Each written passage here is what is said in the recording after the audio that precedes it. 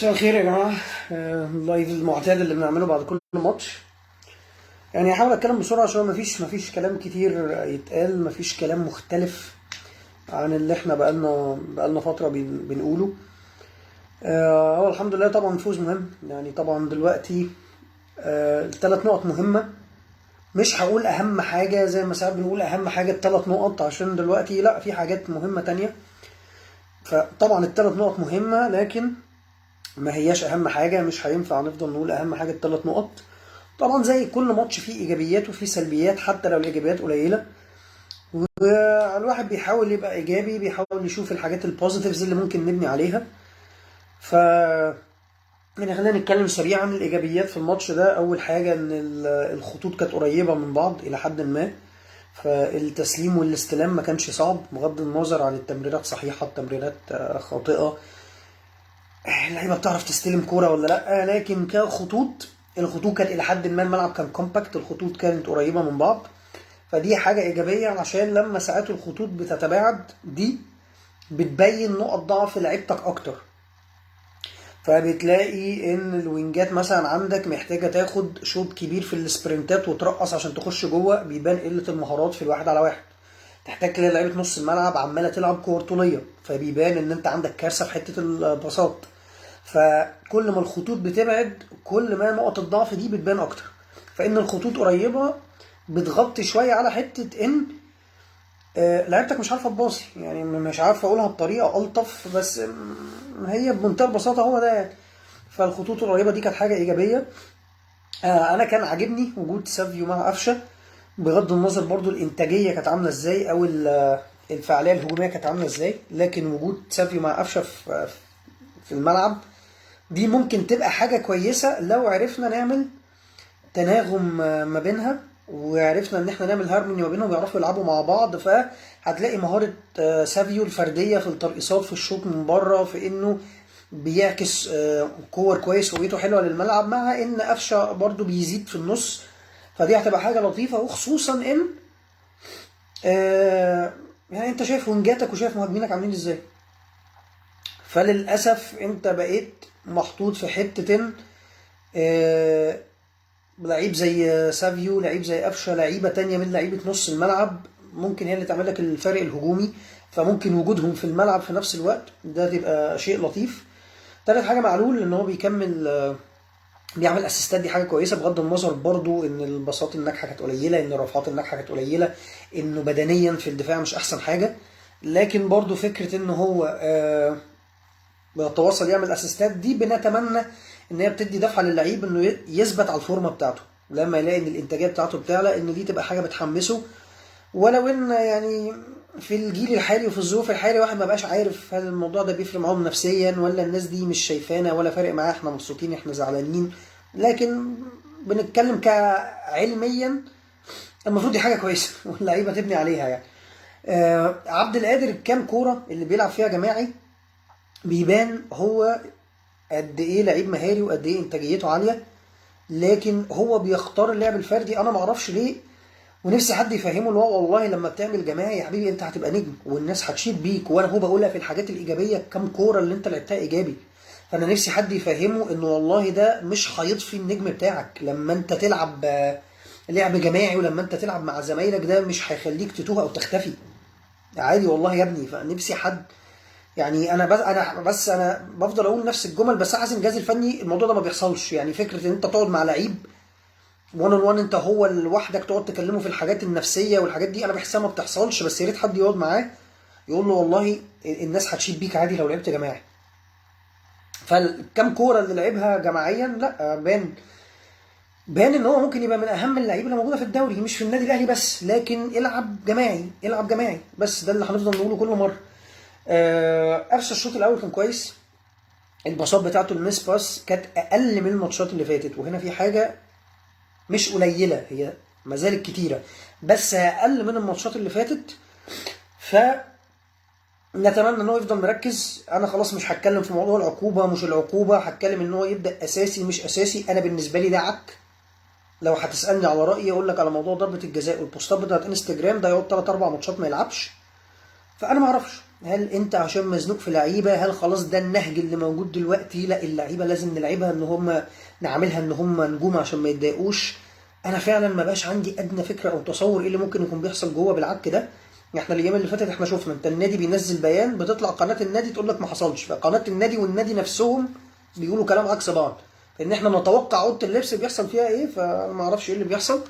لكن اتمنى ان هو يكون خلاص رجع يركز، وهتمنى التركيز ده لما تلاقي نفسك بتلعب حلو تكمل عليه، ما يبقاش شغلك الشاغل انك تنزل لنا ستوري اهو شفتوا اهو انا جامد انتوا اللي مش فاهمين كوره. ركز. برونو بدنيا بدأ يتحسن ان هو يلعب ال 90 دقيقة ويفضل مركز لحد اخر دقيقة، دي حاجة كويسة. عشان بص برونو لعيب مفيد، انت ممكن تتفق او تختلف بس ده مش برازيلي. البرازيليين بيبقوا احسن، لا مهارته غير متوقعة بس هو ستيل مفيد. لما تيجي تبص نوعية اللعيبة اللي عندك موجودة مفيد، لما تروح هات لي بقى في يناير بقى محترفين تقال وساعتها نشوف بقى وجهة نظرك. لكن حاليا لا، هو برونو لعيب مفيد ومفيد انه يفضل موجود في الملعب. فان البدني بتاعه اتحسن وبدا يلعب ال 90 دقيقة دي حاجة كويسة. آه، حسين الشحات ان رجله تاخد في الملعب دي برضه حاجه كويسه، عشان احنا هنحتاج كل اللعيبه. ليه؟ عشان المشكله ان انت يناير مش شرط تعرف تجيب كل الصفقات اللي انت عايزها. الميركاتو في يناير بيبقى ضيق، الاسعار بتبقى اعلى. يعني دايما هتلاقي اي انتقالات في يناير النادي اللي بيبيع لعيب في يناير بيبيعه اعلى من الوقت العادي. ليه؟ عشان عارف ان في يناير ده بيبقى الفريق اللي عايز لعيب بيبقى مزنوق فيه قوي عشان يعرف يكمل الموسم، وممكن ما يبقاش عنده وقت يبص البدايل، والميركاتو نفسه بيبقى وقته ضيق فبتلاقيهم بيعلوا في السعر. فبرضو مش عايزين ان احنا نعيش في الاحلام الورديه ان احنا في يناير هنلاقي الوينجين اللي احنا عايزينهم، هنلاقي صانع العاب اللي احنا محتاجينه، هنجيب الباك ليفت اللي احنا عايزينه، هنجيب الثلاثه سنتر باكات اللي احنا محتاجينهم. ده ممكن ما يحصلش. فاحنا محتاجين كل لعيب موجود، فاتمنى ان شحات كويس الاسيست اللي هو عمله. وان رجله تاخد في الملعب دي حاجه كويسه. وطبعا ان شاء الله مع عوده طاهر من الاصابه، مع عوده عمار حمدي. انا مستني اشوف عمار حمدي عشان عمار حمدي لعيب جوكر، هيفرق معانا قوي. هيفرق معانا قوي لو عمار حمدي رجع فورمه ورجع مركز، هيفرق قوي. الحاجه الايجابيه الثانيه ان شريف رجع يجيب اجوان، ولو ان هي شله الصحاب بتاعت شريف وقفشه وحسام حسن وايمن اشرف دي الرباعي ده انا ببقى مش عارف دماغهم ايه. فانا مش عارف هل شريف هيكمل باستمراريه حلوه، ولا هلاقي شريف منزل لي ستوري بكره، ولا هلاقي شريف ان خلاص شريف المخيف رجع. لا، انت لعبت وحش طول الماتش، ودي حاجه للجماهير بجد. انا بس والله مش عايز كل مره اتكلم الجماهير عشان ما حدش يفتكر ان انا بنظر عليكم او بنزاد على بعض. بس مثلا انا بعد ما الماتش خلص لقيت حد بعت لي مسج على الصفحه قال لي ادي شريف اهو اللي انت بقالك كام ماتش عامل فيها محنك وبتقطع فيه. هو في حد فينا يا جماعه كان يختلف ان شريف كان وحش الماتشات اللي فاتت؟ يعني انا ايه اللي عامل فيها محنك وماسك شريف وبقطع فيه؟ مبدئيا حاجه دايما بقولها والله، هو انا ما عنديش طور شخصي مع اللعيبه دي. ففكره ان انت كل ما تنتقد حد تلاقي حد طالع يقول لك بتقطع في اللعيبه، واللي ما فهمتوش ايه اللي ادي شريف اهو، ايه اللي شريف اهو. شريف جاب جون لكن شريف كان سيء طول الماتش برضه. فالمشكله دي نوعيه الجماهير اللي بتمر اللعيبه. ليه بقى؟ هي اللعيبه على السوشيال ميديا ما بتشوفش اللي بينتقده، هو بيبقى عايز يشوف الناس اللي بتطبل له عشان ترضي غروره. فهو ما يفتح النهارده يلاقي التطبيل ويلاقي شريف المخيف رجع وشريف جالكوا وخبوا عيالكوا، ما طبيعي خلاص هيعمل زي ما بس ما عرفش. فبجد انا الموضوع ده استفزني قوي، ما فهمتش المسج اللي جات لي دي بتاع ادي شريف اهو اللي انت بقالك كام ماتش بتقطع فيه. ايه ادي شريف عمل ايه؟ جاب جون حلو وشيء جميل وجون مهم وخدنا 3 نقط بس طول الماتش وحش. فهل كده خلاص؟ يعني كده خلاص نكنسل يا جماعه صفقات يناير مش محتاجين مهاجم؟ خلاص شريف جاب جون النهارده يا جماعه، ما ينفعش. يا جماعه ما ينفعش، ده اللي بيمرع اللعيبه. هرجع اقول زي ما قلت في اللايف اللي فات، الجيل ده غير الجيل اللي قبل كده. احنا لما كنا بنفضل على طول حتى مش هقول بننفخ في ابو تريكه ومتعب وبركات ووائل جمعه، ان الناس دي كانت ناس تقيله، يعني حتى عيب ان احنا نقول بننفخ او بنطبل. فخلينا نقول لما بنفضل نمدح فيهم، الناس دي عقليتها مختلفه، كانت بتاخدها ان ده ثقه من الجمهور وعشم زياده من الجمهور ومسؤوليه عليهم فبتتالق اكتر. الجيل ده العكس، الجيل ده بياخدها انا خلاص انا نجم، انا ضامن مكاني، انا الناس خلاص كده سامحتني على اي حاجه لا. فيا ريت نهدى يا جماعه بجد. ايه اللي شريف اهو، ايه اللي قفشه اهو، ايه اللي عبد القادر اهو، صلوا على النبي يا جماعه. طيب السلبيات، حاجه انا عمال اتكلم فيها بقالها 5 أو 6 ماتشات بتحصل. انا نص الملعب بتاعي ده انا ما اعرفش لما بيرجع يدافع بيعمل ايه.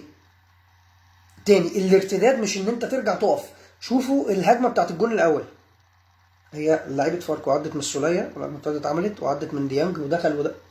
لعيبه نص الملعب عندك بترجع ورا ما بتضغطش، يعني انت لا هتلاقي السوليه بيرجع يضغط، ولا هتلاقي ديانج بيرجع يضغط، ولا هتلاقيهم هم راجعين بيشوفوا اللعيبه الفاضيه يروحوا يمسكوها. فانت عندك كارثه من لعيبه خط الوسط دفاعيا، هي بتجري ترتد ورا لكن ما بتعملش اي حاجه. الحاجه الثانيه ان بقى دايما دايما دايما دايما في منطقه الجزاء كده تحس في بلاك هول، في ثقب اسود كده موجود، تحس ان الملعب كله ما كانش شايفه، ودايما في الفراغ ده بيطلع لك لعيب ياخد الكره يجيبها جون. وليه بقى؟ دي مشكله منظومه دفاعيه مش لعيبه بعينها، لان دي حصلت مع متولي وهو مع عبد المنعم، وحصلت لما ياسر لعب جنب ربيعه، وحصلت النهارده ومتولي جنبيه ياسر. فهي السنتر باكات بتتغير، والغلط لسه بيحصل ولسه في لعيب فاضي. والاهم من ده زي ما بقول لكم السوليه وديانج في الارتدادات ورا هما بيرجعوا، مفيش حد بيضغط.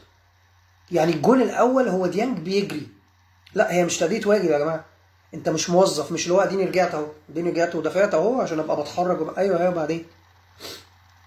فزي ما بقول لكم، هتلاقي لعيبه كتير على حدود منطقه الجزاء فاضيه، لعيبه نص الملعب عندك محدش ماسكهم، او هتلاقي المرتده اتعملت في لعيبه من فريق الخصم داخل كتير، وده اللي حصل في فاركو، في كذا لعيب دخل منطقه الجزاء فده راح مع ده وده راح مع ده، بقى في لعيب فاضي في النص، تلاقي السنتر باكات عندك محدش عارف هو موجود ليه، ولعيبه رقم 6 او 8 اللي هو زي ديانج او زي السوليه محدش شاف ان اللعيب ده موجود فمحدش غطاه.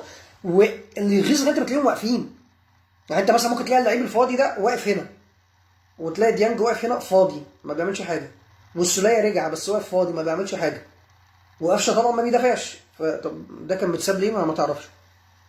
وده بيحصل في كل ماتش، وده اللي بيخليني بسأل نفس السؤال الوجودي يا جماعه، هي اوضه اللبس بيحصل فيها ايه؟ يعني هل جمله بسيطه زي دي اللي هو ديانج يا حبيبي انت والسوليه لما ترجعوا ارجع شوف مين اللعيب الفاضي وامسكه، او اضغط اصلا على المرتده وهي بتتعمل عشان الكره تتقطع. فيعني هل الجمل دي هل ما حدش شايف الموضوع ده؟ هل الجمل دي ما بتتقالش؟ هل بتتقال للعيبه ما بتلتزمش بيها؟ لان الغلطات المتكرره دي تخلي الموضوع انت تحسه لا هو الموضوع اكبر بقى من ان انا اقول اللعيب ليه عمل او ما عملش، لا انا حاجه اسال بقى المدير الفني. احنا ده الماتش مش ده السادس او السابع على التوالي اللي دايما فيه لعيبه في منطقه الجزاء فاضيه. انت كل الاجوان اللي بتخش في الاهلي رجع هتلاقي بيحصل كده، كرة اترفعت او بساط او ما اعرفش ايه اللي بيحصل، فتلاقيها وقعت في 2 3 فاضيين في منطقه الجزاء، فاهم؟ ده بيعملها كده بدماغه وده حطها ببطن رجله جون على طول، دي بتحصل. محمد هاني انا مش هتكلم عن محمد هاني تاني يا جماعه، خلاص يعني والله في لعيبه كده خلاص بقى انت بتعتقها لوجه الله خلاص، عشان حتى انتقادك الزياده ليها بتحس اللي هو ايه، يعني بتبدا تخش في حاجات انسانيه اللي هو الراجل عنده اهل. والله العظيم يعني خلاص انا من 2013 قبل ما في سوشيال ميديا، يعني من وانا قاعد على القهوه مع اصحابي من 2013 14 بنتقد محمد هاني، فخلاص فعلا في لعيبه يعني ممكن انا ابدا انا شخصيا اشك في نفسي، احس ان انا لا في حاجه شخصيه اللي هو انت محمود كنت تعرف محمد هاني زمان فعلا في طار ما بينك، يعني مش هكلم محمد هاني تاني، يعني لا سريع ولا قوي جسديا ولا في الدفاع بيلتحم ولا بيعرف يغطي ولا بيعرف يعمل ارتدادات عكسيه يغطي مكان زمايله هجوميا، لا بيباصي على الارض ولا بيعرف يرفع ولا بيعرف يرقص ولا حتى بيقف في حته فاضيه، يعني حتى يقف في حته فاضيه يعمل نوش في مدافع يرجع ما فيش. فخلاص فمحمد هاني ده من اللعيبه اللي هو زيه زي حسام حسن، خلاص بقى هتقل وجه الله، يعني خلاص ما فيش حاجه تانية تقولها، مفيش حاجه تانية تقولها. يعني في لعيبه اللي بنفضل ننتقدها عشان عنده حاجات ايجابيه، يعني انا ليه كل لايف بطلع يا عبد القادر بطل انانيه؟ عشان لعيب تقيل ولعيب مهاري، فانت عارف انه لو بطل الموضوع ده هيفيدك. لكن في لعيبه لا خلاص، يعني هطلع انتقد محمد هاني يقول له يا محمد هاني يا محمد اتعلم كوره. حسام حسن خلاص ايه النقد التاني اللي هنقوله؟ يا حسام حسن روح اتعلم ازاي تبقى مهاجم. ففي حاجه كده خلاص في لعيبه تمام. فمحمد هاني بدا، انا ما اعرفش بدا ليه، تمام يعني ربنا يوفقه. انت المس باس اللي في نص الملعب، التمريرات الخطا دي بقت كتيره جدا، وفي تمريرات هي لا تمريره خطا يعني ما هي صعبه، يعني مثلا انت النهارده مثلا في فاركو فاركو ما كانوش عاملين عليك هاي كومباكت بريشر، فانا ما فهمتش انت ليه باصات كتيره مقطوعه. انت بيبقى في باصات حرفيا من رجل لرجل، يعني عارف يبقى لعيب عندك واقف هنا واللعيب التاني هنا، فاهم، ولعيب من فاركو ورا، هو بصاها ضعيفه والكوره ماشيه بتتنطط، فبتاع فاركو مد رجله وقطعها، تبقى قاعد بتتفرج، لا هي دي مس باس ازاي؟ وممكن تبقى اللي هو السوليه بيديها للديانج اللي جنبه، فجاه واحد من فاركو جري قطع الكوره عمل هجمه مرتده. ف يعني انا ما اعرفش، انا مش عارف اللعيبه كلها في السوليه وديانج لا سيئين هجوميا وسيئين دفاعيا. السوليه وديانج سيئين هجوميا ودفاعيا. فبالتالي ده راجعني في حته ان ممكن سافيو مع قفشه دي تبقى مفيده ان الاثنين دول موجودين، عشان انا مش هينفع في ان نص الملعب خلاص بقى ملغي هجوميا وملغي كمان دفاعيا، وانا الاقي نفسي في ماتشات معتمد على مزاج قفشه حلو ولا لا. فلا امنا بقى لعيبه خلاص بقى، ننزل بقى لعب خماسي بقى، فاهم، خمس لعيبه حريفه يجروا على الجون. فخلاص بقى انت قفشه وحط لي سافيو وحط لي كريم ونزل لي عبد القادر، ولما تاوي يرجع بقى حطه قدامه خلاص. العب بقى لعب خماسي، فاهم، خلاص بقى اللي انت بتشوفه ده، سيبك بقى من الكلام اللي احنا بنقوله الخطوط قريبه والخطوط بعيده وكومباكت وده، لا مفيش. انت تشوف ماتش النهارده ده من الاخر 11 لعيبه حاجزين ملعب. ده انا قاعد بتفرج على حجز، ده حجز، ده حاجزين ملعب ونازلين بنلعب. فخلاص بقى ملالي بقى لعيبه خلاص. فين زي ما موسيماني كده كان بيعمل لما تبقى متعادل 1-1 وكان بينزل لك، تلاقي بقى منطقه الجزاء بقى فيها شريف وبقى فيها حسام حسن وبقى فيها صلاح محسن وبقى فيها ما اعرفش مين، فاهم، بينزل لك 8 9 لعيبه هجوميه اقف في منطقه الجزاء خلاص بقى. هي برضو يعني في جزء بقى تاني مربوط بالنقطه دي اللي هو تغييرات كولر. انا شايف التغييرات متاخره كوقت، لكن هتيجي تقول لي التغييرات صح او غلط، هقول لك ما اعرفش. ليه بقى؟ لو ما نزلش حسام حسن هينزل مين؟ لو ما نزلش شريف هينزل مين؟ طيب لو نزل شادي حسين مع حسام حسن كان هيتغير عن شريف مع حسام؟ طب لو نزل شادي مع شريف كان هيتغير عن شريف مع حسام؟ طب هقول لك حاجه تانية ومش افيه ومش بستظرف، لو نزل رامي ربيعه مع شريف وقلنا ربيعه لعب مهاجم صندوق، انت دلوقتي ممكن تضحك ده استظراف، لا افكر فيها فنيا اهو. لو ربيعه نزل مكان حسام حسن كان في حاجه هتتغير؟ نزل يلعب مهاجم كان في حاجه هتتغير؟ يعني هي دي الفكره. نزل لك مين فاهم، رضي عن محمد محمود ورضي عنه وقال لك لا خلاص ده حلو ومش عايزين نبيعه، تمام، وراح ملاعب محمد محمود مكان السوليه في الماتش ده مثلا، في حاجه هتتغير؟ هي دي المشكله. انت عندك مشكله في منظومه الفريق كله مع قله، مش عايز اقول قله مهارات، لكن انت بتوصل لمرحله ان التغييرات انت فعلا قاعد انت غصب عنك هتعذر كولر.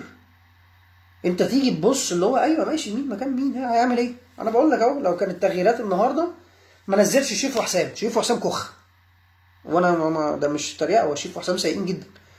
نزل لك شادي ومعاه ربيعه مهاجمين، هي نفس اللي انت هتشوفه، وكان ممكن يبقى نفس الجون على فكره، هو ربيعه بيلعب دماغه حلو. يعني شوف بقى والله العظيم مش بستهزر، كان ممكن ربيعه يجيب الجون بتاع شريف عادي جدا. يعني تلاقي ان هو ايه ايه ده صحيح ده ما فرقتش، ينزل ربيعه طويل في منطقه الجزاء ومرفع لك. هي دي الكارثه اللي انت موجود فيها، انت ما عندكش اوبشن كواليتي لعيبه. وعشان كده لما بنقول كده والناس تقول لك انتوا بتقطعوا وبتهدموا في الفريق وبتاع، والناس اللي بتطبل، يعني انا اسف والله ان انا بتكلم بالطريقه دي، بس انت عمال تطبل، قول لي بس مين اللعيب الفلته اللي انت خايف على زعله؟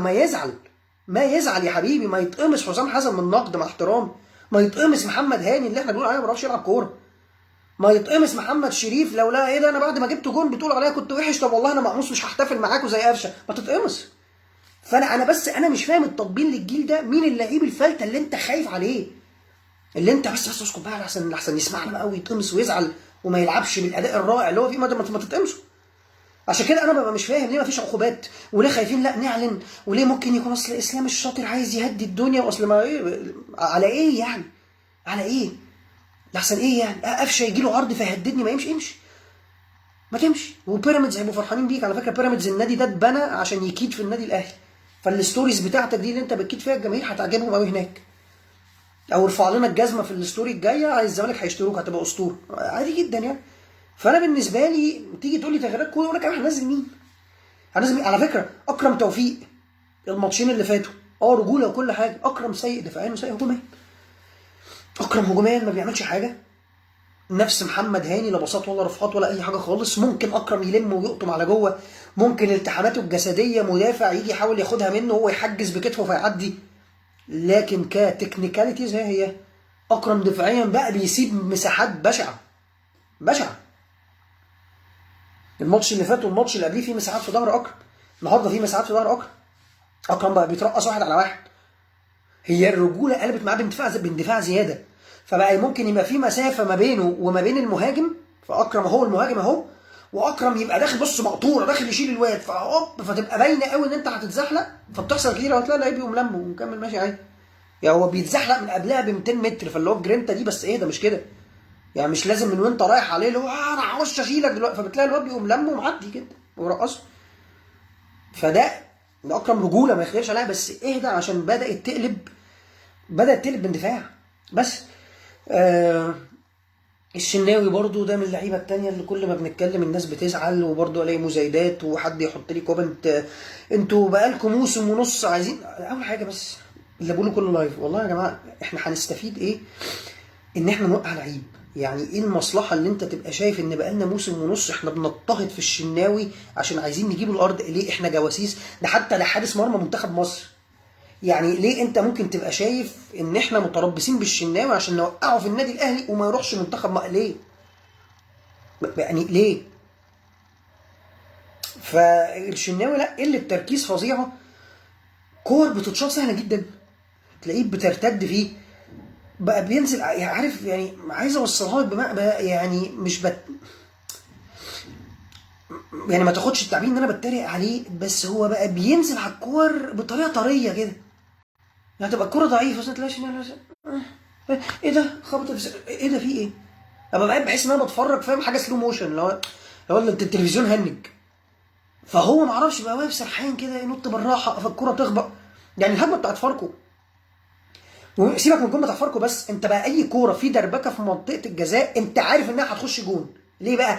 عشان انت عارف ان اللعيب اللي موجود ده لو نفخ فيها انت هتتفرج عليها وبتتمخطر كده وراح الجون والشناوي لسه بينزل عليه.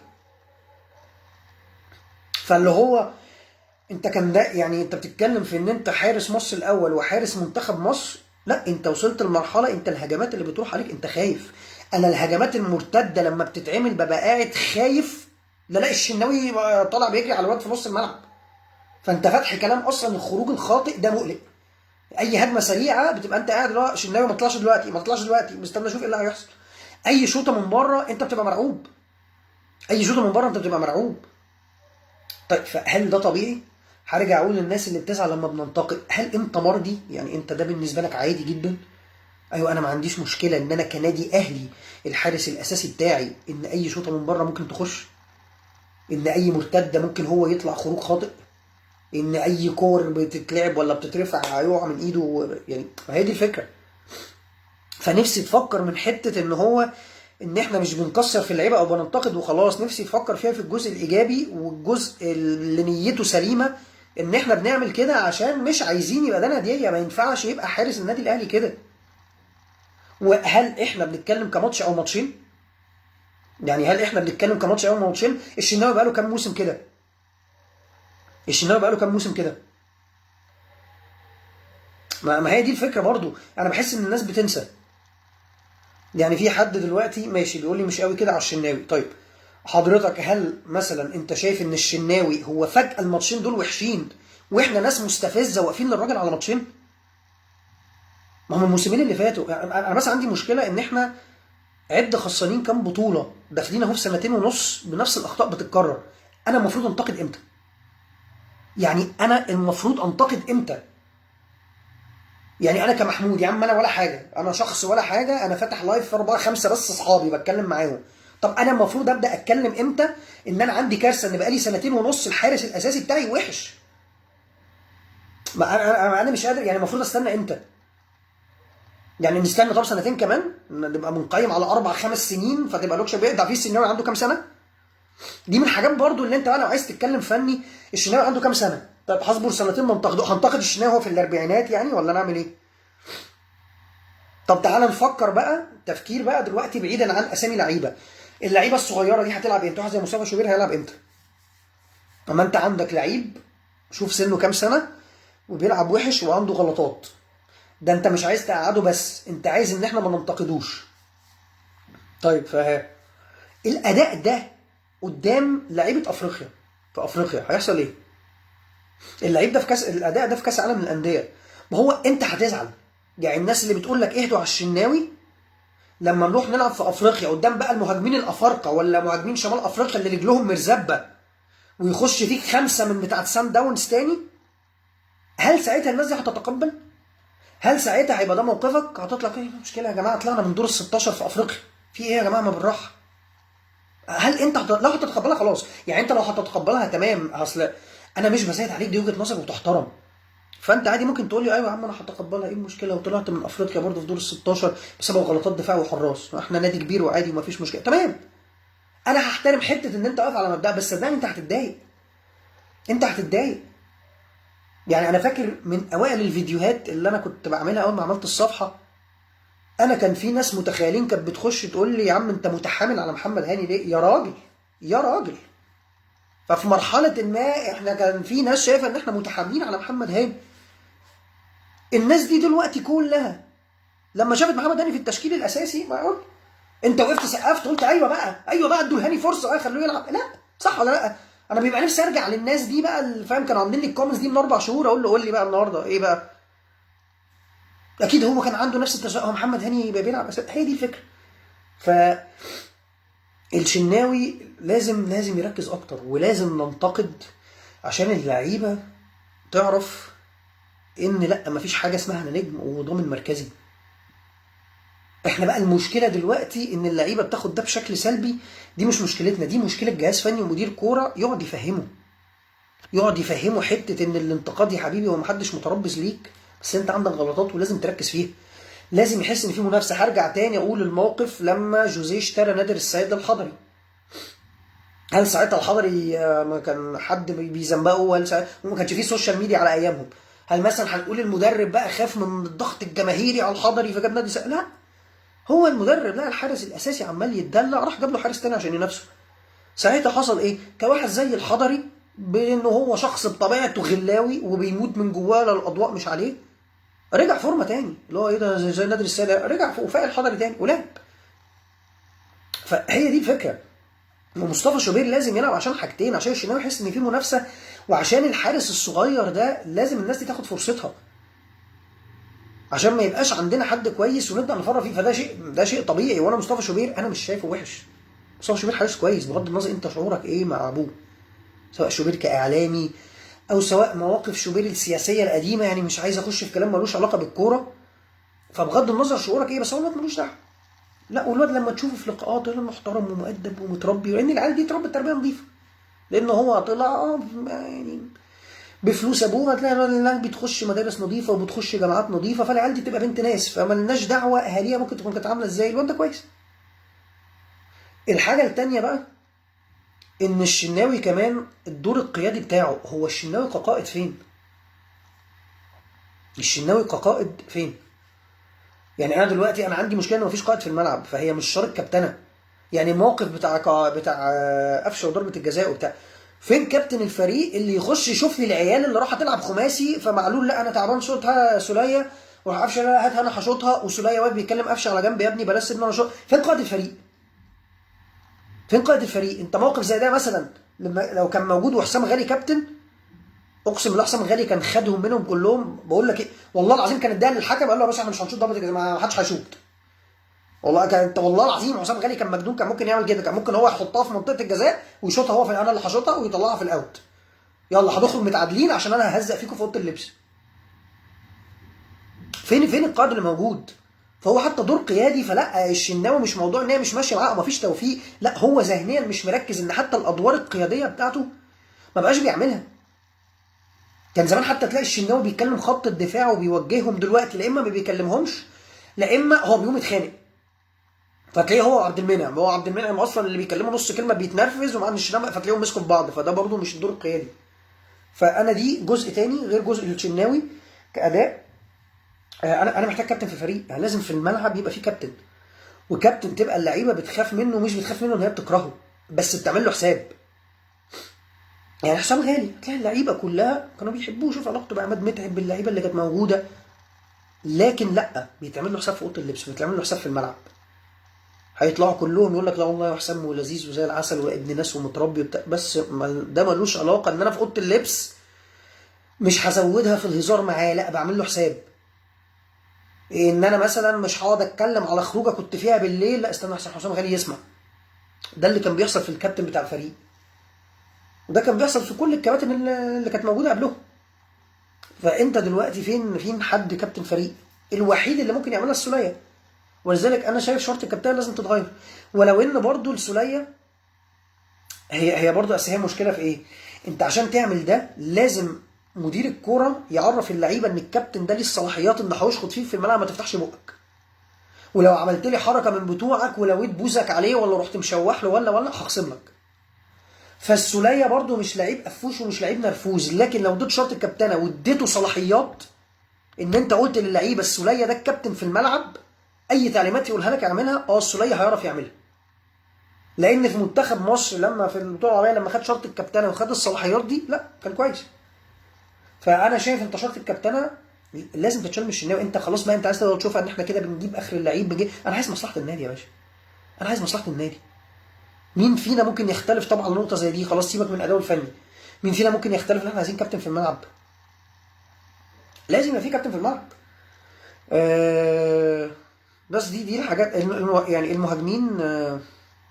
انت برضو لسه خطورتك على المرمى مش هتفضل فعالة، هتفضل الخطورة لا اي كلام، اللي هو لو فريق منظم دفاعيا او لو فريق مقفل.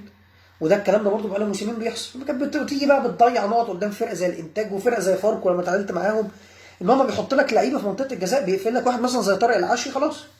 ليه؟ عشان انت ما عندكش الوينجات المهاريه اللي بتخترق وتخش، ما عدا عبد القادر. وعبد القادر لما بيخترق وبيخش ما بيعملش حاجه بعدها، فبرضه الهجمه بتضيع، لكن عنده المهاره. لكن في المجمل انت ما عندكش الوينجات اللي تاخد الكوره تضرب خطوط الدفاع، وما عندكش المهاجم اللي في الصندوق اللي يبقى مدافعين خايفين منه، فيبدا حد يلعب معاه مان ماركينج، يبدا لا اتنين يمسكوه. يبدا انت مثلا تفتكر زمان انت كان في جوان كتيره بيجيبها مثلا ابو تريكه وبركات لمجرد ان فلافيو متعب بس في منطقه الجزاء. ده عمل نوش جوه، ده بقى في 7 مدافعين واقفين ركابهم بتخبط في بعض عشان فلافيو متعب موجودين، فما فيش حد فاضي يراقب حد تاني. وتروح بقى تلاقي محمد شوقي عدى في النص شوط، حسن مصطفى كان بيجيب اجوان شوط من بره لمجرد بس ان ده كان بيحصل. هي الناس دي دخلت جوه فالدفاع اترعب من الاسامي اللي جوه، فبقى نص الملعب بيشوط.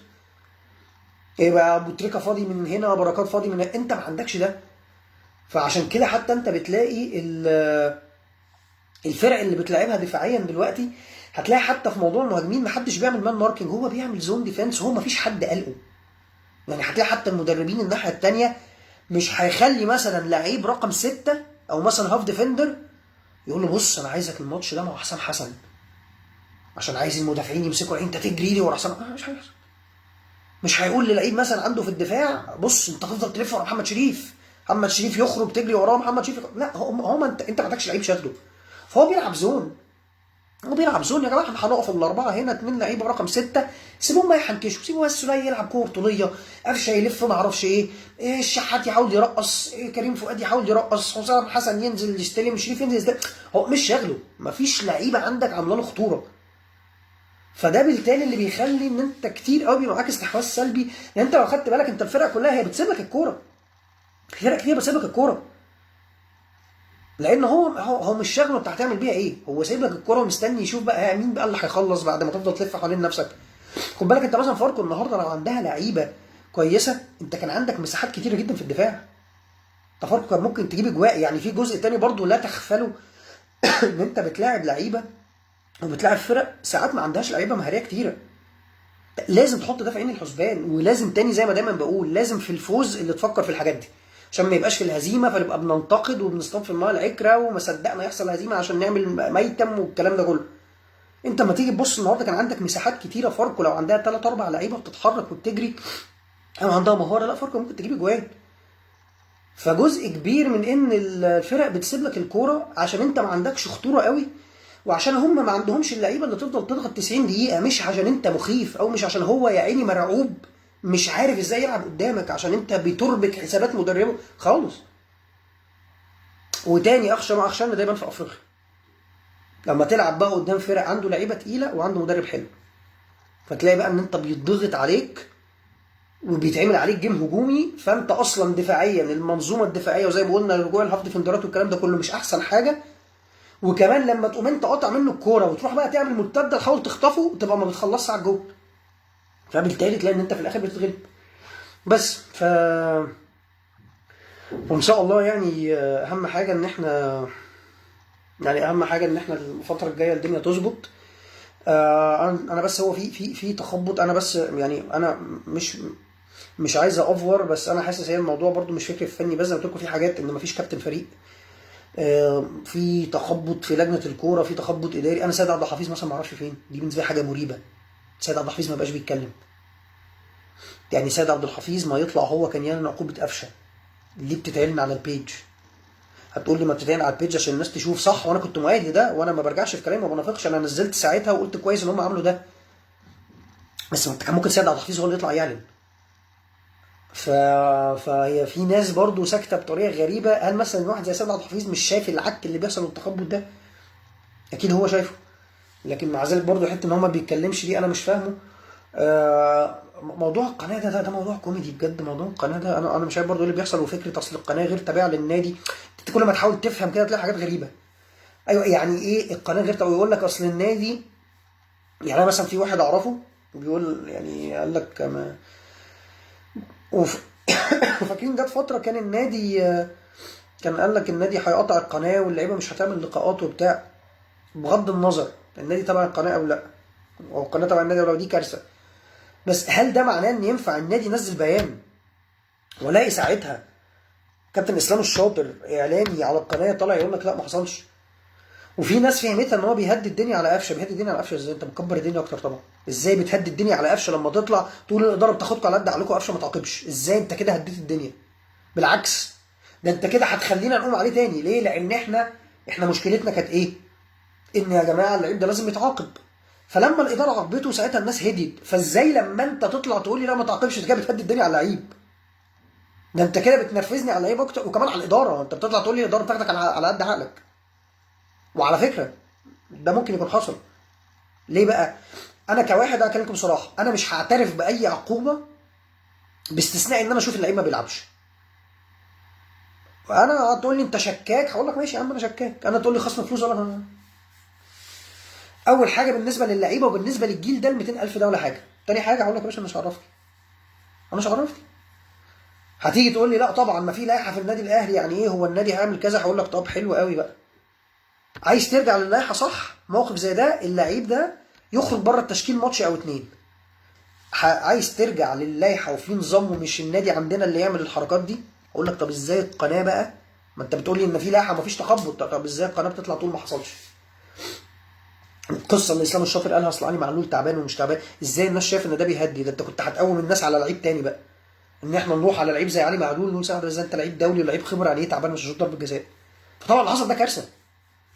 اللي حصل ده كارثه وده تخبط كبير. وقناه النادي الاهلي دي قصه بقى ممكن نفضل نرغي فيها في الصبح على القنوات البرامج اللي بشوفها دي. انا ما بالي طول اليوم برامج طبخ يا جماعه، وافتح بالليل الاقي برامج غريبه كده. لا انا مش يعني، باستثناء الاهلي خط احمر وباستثناء كابتن مصطفى عبده عشان غير قيمته. هو كابتن مصطفى عبده البرنامج بتاعه في حته ثانيه، يعني هو راجل لا بيطلع يكوي بيستضيف حد يقعد يتكلم على ذكرياته في النادي وبتاع، فده برنامج لطيف. لكن البرنامج الوحيد اللي بيرد على العك اللي بيحصل هو الاهلي خط احمر. ولو ان انا برضو كنت الصراحه اتمنى ان محمد فارس ما يعملش البرنامج اللي بيعمله على الراديو ده. ليه؟ عشان هو بقى مضطر دلوقتي انه يبقى حادي. يعني هو من 3 ايام كان مستضيف هاني حتحوت على الراديو. لا يا محمد يا فارس ما تقعدش مع هاني حتحوت اللي هو بيعمله وبيقولوا بيقولوا ده. وبعد ما قعد معاك اهو شوف بعدها بيومين التصريح بتاع هاني حتحوت، بيقول لجماهير الاهلي زعل اكتر وعامل كده اكتر. فانا ما كنتش اتمنى ان فارس واسامه بالذات، الناس اللي احنا بنتعشم فيهم قوي وبرنامج الاهلي خط احمر، ما كنتش عايز حد فيهم يخش في حته بس هعمل برنامج تاني وهضطر ابقى حادي. فهو ساعتها كان مستضيف هاني حتحوت على الراديو، طبعا مضطر يسمع اي هبل من اللي هاني حتحوت بيقوله اللي غير منطقي بالمره. وهاني حتحوت كان بيكلمه عن ازاي ما بيخافش من حد وازاي وهنتقد رئيس نادي الزمالك واي غلط هيعملوه هنتقده. ويضطر ان هو يسمع، دي حاجه لطيفه. وفي جماهير مش هتتفهم ده. يعني انا ممكن ابقى متفاهم ان دلوقتي بيعمل برنامج على الراديو حاجه حياديه. في جماهير تانية لا، لان انت هتحط نفسك في مشكله ايه بقى؟ ان انت ساعتها لما تطلع في الاهلي خط احمر تنتقد مثلا ساعتها حاجه هاني حتحوت قالها، هيبقى ساعتها الجماهير ايه اللي هو يا باشا طب ما كان معاك على الراديو من يومين ما قلتلوش ليه؟ عامر حسين بيطلع يقول كوارث معاه على الراديو وبيطلع يقول كوارث. وانا ما اعرفش بقى هنعمل ايه. لا والاهلي بقى هيضطر يلعب ماتشات واحنا اتفاجئنا بكاس العالم للانديه ولا مش هينفع اجل حاجه. لما تطلع ساعتها في الاهلي خط احمر تنتقد ضغط الماتشات، ساعتها احنا كجماهير غصب عننا هنقول ايه؟ باشا طب ما عامر حسين كان معاك على الراديو ما قلتلوش ليه؟ انت سمعت وسكت. فهي يعني بص هي بتجيب اخرها بطريقه سخيفه ان انا ما اعرفش في الاخر مين هيتبقى ان احنا ممكن يتكلم عن النادي. فعشان كده احنا كلنا بنطلع بطلع اصيحه اهو الله الله يبقى معاكم. ويعني ان شاء الله ربنا يكرم الفتره الجايه يا رب الحاجات دي يبقى فيها في تغييرات جذريه لازم تتعمل يعني. و وطبعا ايهاب جلال انا فرحان في ايهاب جلال الصراحه انه اتغلب. دي حاجه بقى، دي حاجه شخصيه. انا دايما بقول لك فني وحياديه وده. ايهاب جلال لا انا فرحان ايهاب جلال اتغلب عشان ايهاب جلال ده هو وشوقي غريب وحسام البدري من الثلاث يعني من النصبايا اللي اتبانت ان انا عندي علاقات. فتيجي تبص يعني حتى حسام البدري ما عرفش يكمل النصبايا قوي عشان ما عندوش العلاقات التقيله زيهم. طبعا بغض النظر بقى عن دوره في الاهلي او لكن انا بالنسبه لي ايهاب جلال ده وشوقي غريب دي من النسخه اللي هو انا عندي علاقات وفي مسؤولين بيحبوني. فانتوا هتلاقوني بدرب لحد ما يبقى عندي 70 80 سنه فاهم كل انديه الدوري وهروح منتخبات وعمرك ما هتعرف انا ازاي مدرب. يعني ايهاب جلال وشوقي غريب دول انت ما هتعيش وتموت عمرك ما هتعرف ازاي الناس دي بتتهافت عليهم العروض. وتعالى امسك اولمبي طب منتخب ناشئين طب امسك منتخب اول طب تعالى امسك النادي ده. فانا بالنسبه لي فاهم بحس ده انتصار للحق يعني. يعني ايهاب جلال مثلا لو اتغلب من رضا شحات اقول لك على حق ربنا مدرب صاعد وبيعمل شغل. اتغلب من علي ماهر بغض النظر عن شغولي علي ماهر وفيوتشر مدرب بيعمل مجهود. عارف انت في ناس كده اللي هو ايه اللي هو لا انت ما انت مش سالك فربنا مش هيبارك فانت لازم تتغلب. لازم تتغلب يعني. فبس ربنا يكرم ان شاء الله الفتره اللي جايه والاداء يتحسن. ولازم حد يقعد يتكلم مع اللعيبه دي يا جماعه. لازم بقى كلام ذهني. عارف هو كلام علم النفس اللي احنا ساعات بنسمعه وبنتريق لما بنشوف الانديه بره بتعمله وبنتريق ونستظرف يا عم دول الفرافير يا عم ده بيشغلوا لهم مزيكا واقول له احكي عن طفولتك. ايوه ايوه اللعيبه تقعد تتكلم معاهم نفسي. افشق خده في حضنك كده طبطب عليه قول له تعالى اتكلم خليه يحكي لك عن طفولته. خد محمد شريف وطبطب عليه. خد محمد هاني وحسام حسن طبطب عليهم وبلغهم انك هتلغي عقدهم عشان ما يزعلوش يعني طبطب عليه وانت بتبلغه خبر انه ما يلعبش كوره تاني. لكن في شغل ذهني محتاج تعمله. محتاج تقعد تتكلم مع اللعيبه دي. يعني عارف اللي هو اقعد بقى اساله اعمل والله بجد مش بقف اعمل سيمينار كده واقعد اقول له مثلا ايه عارف الاسئله بقى حاجات التنميه البشريه اللي هو قول لي يا قفشه انت وشريف بالنسبه لكم يعني ايه نجوميه والله العظيم. واسمع شوف هيصدمك ان يقول لك والله ان انا يبقى عندي 5 مليون فولور على الانستجرام فهتفهم ساعتها الدماغ فين. فاهم او ان يقول لك ان انا كل ما بروح فندق بيعزموني وكل ما بروح حفله فاهم والله العظيم اقعد افهم اللعيبه دي دماغها ماشيه عشان نفهم الجيل ده هو من الاخر فعلا لسه مركز كوره وعايز يلعب كوره ولا خلاص هم بالنسبه لهم انا كده نجم انا لعيب في النادي الاهلي وبعمل اعلانات وباخد فلوس وعندي ملايين فولورز على الانستجرام فكده متعشريه. فساعتها انت تفهمني لا يا حبيبي النادي الاهلي مش بتاع الكلام ده. لان دي مش مشكله الجيل بس حصلت قبل كده. يعني انا في لقطه كده كان الجيل بتاع كانت ساعتها كان عمر جمال واحمد الشيخ وصالح جمعه ومش فاكر لعيب رابع كان مين كده. كانت في مره كده لقيت صوره كده فاهم منزلينها على الانستجرام فاهم الاربعه كانوا متصورين عاملين السشوار اللي عامل كده وكانوا قالعين التيشيرتات من فوق وكل واحد لابس 3 سلاسل والجنسات المقطعه. انا دي كانت بدايه بقى الحقبه الزمنيه دي كلها. بدايه الجيل اللي هو لا انا عايز اخد الافيه على الانستجرام وانا جامد. وكانت ساعتها بتتعمل بقى الصفحه بقى اللي هي عاشقه صالح جمعه فتيات محبين لعمرو جمال. دي كانت الفتره دي بقى اللي هم فعلا اللعيبه دي شغلت نفسها بده. يعني كنت تخش على صالح جمعه على الانستجرام تلاقيه عامل شير الستوري بتاعت بنت منزله صورته بجد امور قوي نفسي الاقي راجل زي صالح جمعه فكان بينزلها عنده على الانستجرام وتبقى البروفايل بتاعه اسمه فاتنه صالح جمعه والله العظيم. فهي دي الكارثه اللي بتفضل تكر كده وانت سايب الموضوع ده. فلازم الناس دي تقعد تتكلم معاهم انتوا عايزين تلعبوا كوره ولا انتوا بس اللي شاركوا. بس عشان ما اطولش عليكم ان شاء الله ان شاء الله الدنيا تظبط قدام يعني، ونتكلم قريب. تصبح على خير.